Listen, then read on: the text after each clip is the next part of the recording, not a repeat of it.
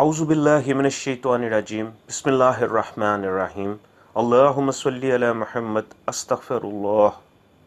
دوستو، پچھلی ویڈیو میں ہم نے آپ کو ناف پر انگلی رکھ کر سانس روک کر وظیفہ کہف کا ایک عمل اور اس کے کچھ کمالات شیخ کی زبانی بیان کیے۔ اسی سلسلے کو آگے بڑھاتے ہوئے وظیفہ کہف کے مزید کمالات پیش خدمت ہیں۔ دوران سفر ایک درس میں شیخ نے وظیفہ کہف کے فوائد اور کمالات کچھ یوں بیان کیے۔ شیخ فرماتے ہیں، کتنے ہی لوگ ایسے ہیں جو کہتے ہیں کہ ہم نیک بننا چاہتے ہیں لیکن بے بس ہیں۔ کتنے ایسے ہیں جو گناہوں سے چھٹکارا پانا چاہتے ہیں مگر بے بس ہیں۔ کتنے ایسے ہیں جو کہتے ہیں کہ میں چاہتا ہوں میری طبیعت میں تقوی آئے، اللہ کی ذات کا تعلق نصیب ہو، دعاؤں میں خشوع ہو، رات کی تنہائیوں میں اس کریم سے مانگنا ہو اور میں سنت کی اتباع کروں۔ نہ جانے کتنے ایسے لوگ ہیں۔ یہ وظیفہ ان لوگوں کے لیے ہے جن کا دل ساتھ نہیں دیتا، جن کے دل پر شیطان اور نفس نے پردے ڈالے ہوئے ہیں، جن کے دل پہ شیطان نے مہریں لگائی ہوئی ہیں اور ان کو گناہوں اور برائیوں کی طرف لے جانے کے فیصلے کیے ہوئے ہیں اور ان کا مزاج طاغوت اور فتنوں سے موافق بنا دیا ہے۔ یہ ان کے لیے ہے جو کہتے ہیں نیکی کرنا چاہتے ہیں، بے بس ہیں، بد نظری چھوڑنا چاہتے ہیں، بے بس ہیں، شیطانی راہوں سے ہٹنا چاہتے ہیں، بے بس ہیں، اولاد کو شیطانی راہوں سے ہٹانا چاہتے ہیں، بے بس ہیں، بیوی بہن اور ماں کو شیطانی راہوں سے ہٹانا چاہتے ہیں، بے بس ہیں۔ یہ وظیفہ ان کے لیے ہے۔ اپنی نیت کر کے پڑھیں، ان کی نیت کر کے پڑھیں، ان کو پڑھنے کو کہیں۔ اگر وہ نہیں پڑھتے تو ان کا تصور کر کے پڑھیں۔ آپ چند ہفتے، چند مہینے میں اس کی تاثیر کا رزلٹ دیکھیں گے۔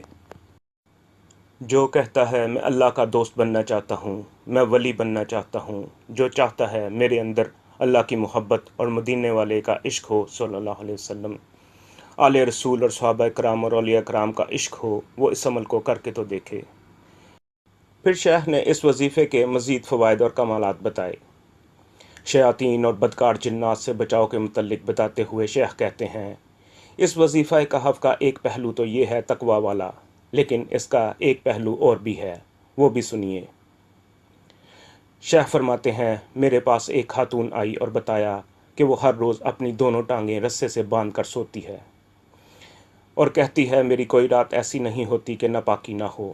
وہ بوڑھی خاتون بیچاری کہنے لگی، کیا میری موت اسی ناپاکی میں آ جائے گی؟ کوئی رات ایسی نہیں ہے کہ میں ناپاک نہیں ہوتی۔ شیخ کے الفاظ کے مطابق کچھ نادیدہ چیزیں یعنی شیاطین جنات اس عورت پر حاوی ہو جاتے ہیں۔ اس عورت کا کہنا ہے کہ میں ہر چیز محسوس کرتی ہوں لیکن میرا جسم بالکل سن ہو جاتا ہے، یعنی حرکت نہیں کر سکتی اور میں ناپاک ہو جاتی ہوں۔ شیخ کہتے ہیں، میرے پاس الفاظ نہیں ہیں کہ میں اس کو بیان کر سکوں، مجھے یقین ہے کہ آپ سمجھ گئے ہوں گے۔ دوستو، ممکن ہے بہت سے سکیپٹک لوگ اس بات سے انکار کریں کہ یہ کیسے ہو سکتا ہے، جنات انسان کے ساتھ سیکس کیسے کر سکتے ہیں؟ تو اس کے لیے عرض ہے کہ ایسا 100% ممکن ہے، اور ایسے واقعات امریکہ اور یورپ میں عام ہیں، اور اس موضوع پر اکثر فلمیں بنتی ہیں۔ یہ واقعات انڈیا پاکستان میں اس قدر زیادہ ہیں کہ بالی ووڈ نے بھی چند سال پہلے ہوا کے نام سے اسی موضوع پر فلم بنائی تھی، جس میں ایک عورت جس کا کردار فلم سٹار تبو نے ادا کیا تھا کے ساتھ ایسے ہی واقعات پیش آتے ہیں، لیکن اس پر کوئی یقین نہیں کرتا۔ شیخ کہتے ہیں، اس عورت نے پوچھا، کیا میری زندگی اسی ناپاکی میں گزرے گی؟ کیا میں اسی ناپاکی میں مر جاؤں گی؟ میں نے بہت علاج معالجے کرائے، میں نے بہت کچھ کیا، بہت مال دولت خرچ کی اور بہت سے عاملوں کے پاس گئی، مگر کچھ نہیں بنا۔ شیخ بولے، میرے پاس بھی کچھ نہیں ہے، میرے پاس جو بھی آتا ہے میں اس کو قرآن و حدیث سے اللہ کا نام دے کر اللہ کی خدمت میں بھیج دیتا ہوں۔ پھر شیخ نے تاریخ کا ایک عجیب واقعہ سنایا۔ شیخ کہتے ہیں کہ ایک معمر خاتون رات کی تنہائیوں میں اللہ سے باتیں کر رہی تھی۔ اچانک اس کو آہٹ محسوس ہوئی کہ کوئی اور بھی ہے۔ اس نے دیکھا کہ ایک شخص ہے۔ اس آدمی نے اس بوڑھی خاتون کو دیکھا تو غصے میں آ گیا اور اس عورت سے بولا، تیرے گھر میں تو چرانے کے لیے کچھ بھی نہیں ہے، تو نے میری آج کی رات خراب کر دی۔ وہ خاتون سمجھ گئی کہ یہ چور ہے۔ اس چور سے کہنے لگی، کس نے کہا میرے گھر میں کچھ نہیں ہے؟ میرے پاس بہت بڑا خزانہ ہے۔ آدمی نے پوچھا کہ وہ خزانہ کہاں ہے؟ تو وہ عورت بولی، پہلے جا کر وضو کر کے آؤ۔ اور جب وہ وضو کر کے آیا تو وہ عورت مصلے سے ہٹ گئی اور بولی، ادھر مصلے پر آ کر پہلے 2 رکعت نماز نفل پر، پھر تجھے خزانے کا بتاتی ہوں۔ خود اس کے پیچھے بیٹھ کر اللہ سے دعا شروع کر دی، اے سخی شہنشاہ، یہاں تک پہنچانا میرا کام تھا، اب اس کے دل کا بدلنا تیرے ہاتھ میں ہے۔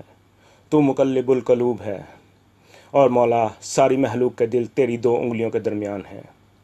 تو چاہے ان کو ملا دے اور تو چاہے تو ان کو توڑ دے۔ وہ دعا کرتی رہی، اور وہ آدمی کوئی اللہ کی خاطر نفل نہیں پڑھ رہا تھا، بلکہ وہ تو چوری کی خاطر نفل پڑھ رہا تھا۔ لیکن اللہ ایسا کریم ہے کہ دکھاوے کی نماز بھی قبول کر لیتا ہے۔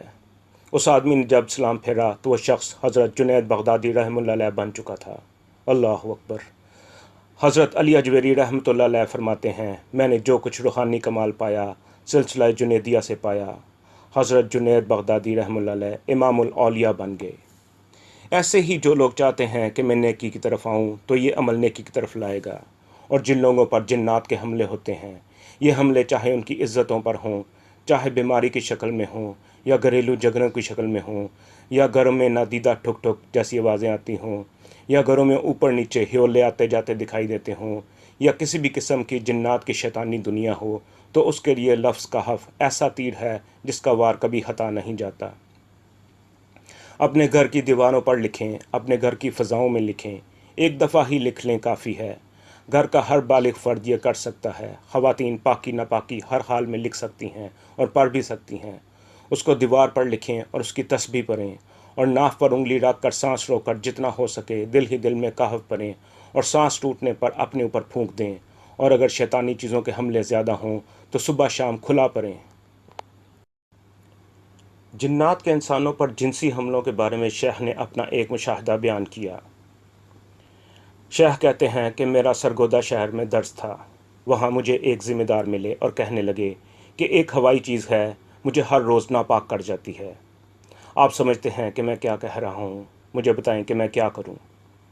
شیخ کہتے ہیں میں نے اسے کہا کہ سارا دن لفظ کہف پر۔ وہ ان پڑھ آدمی تھا۔ میں نے ایک صاحب سے کہا کہ قرآن پاک کی سورہ کہف کا نام لکھ کر دے دو اور کہو کہ سارا دن اس کو پڑھو۔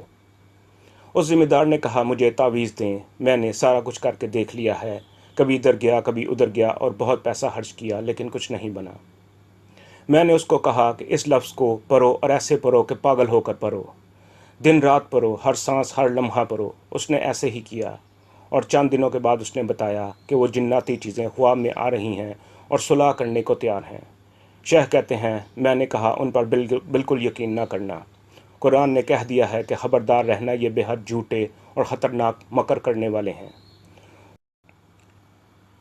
شیخ کہتے ہیں میں نے اس کو کہا کہ مسلسل وظیفہ پڑھتا جا۔ پھر ان جنات نے اس ذمہ دار سے کہلوایا ہمیں معافی دلوا دے۔ میں نے کہا چپ کر کے پڑھتا جا۔ پھر اس ذمہ دار نے بتایا مجھے وہ شیطانی جنات زخمی حالت میں نظر آتے ہیں اور چیختے چلاتے ہیں اور مجھے کہتے ہیں رحم کھا۔ شیخ کہتے ہیں میں نے اس سے کہا سنگ دل بن جا اور وظیفہ پڑھتا جا۔ دراصل اس ذمہ دار پر کسی نے جادو کیا تھا۔ اس لفظ کہف کے اندر جادو کا توڑ اور جادو کا پلٹنا ہے۔ میرے پاس کئی ایسے واقعات ہیں جن لوگوں نے یقین کے ساتھ پڑھا تو جادو واپس کرنے والے پر پلٹ گیا۔ شیخ کہتے ہیں میں نے ان الفاظ کو تقویٰ، طہارت اور اللہ کے تعلق کے لیے بتایا ہے، غلاظتوں اور خباثتوں سے نجات کے لیے بتایا ہے، اور اسی لفظ سے میں جادو، جنات اور لا علاج بیماریوں اور مایوسیوں کا علاج بتا رہا ہوں۔ اگر کسی کے جسم کا کوئی حصہ بیکار ہو جائے یا سارا در فالج زدہ ہو جائے اور سامنے ساری زندگی کی معذوری ہو تو اللہ کے نام میں بڑی طاقت ہے۔ شیخ کہتے ہیں کہ میں نے اس ذمہ دار سے کہا اس لفظ کو پڑھو۔ اس نے ایسا ہی کیا اور اتنے یقین سے پڑھا کہ وہ جادو واپس پلٹ گیا۔ میرے پاس ایسے کئی واقعات ہیں۔ ذمہ دار پر کیا جانے والا جادو واپس پلٹا، اور جس پر پلٹا وہ ایک عامل تھا اور گندے عقائد رکھتا تھا۔ وہ جادو اس عمل پر اس شدت سے پلٹا کہ اس کی جان لے لی۔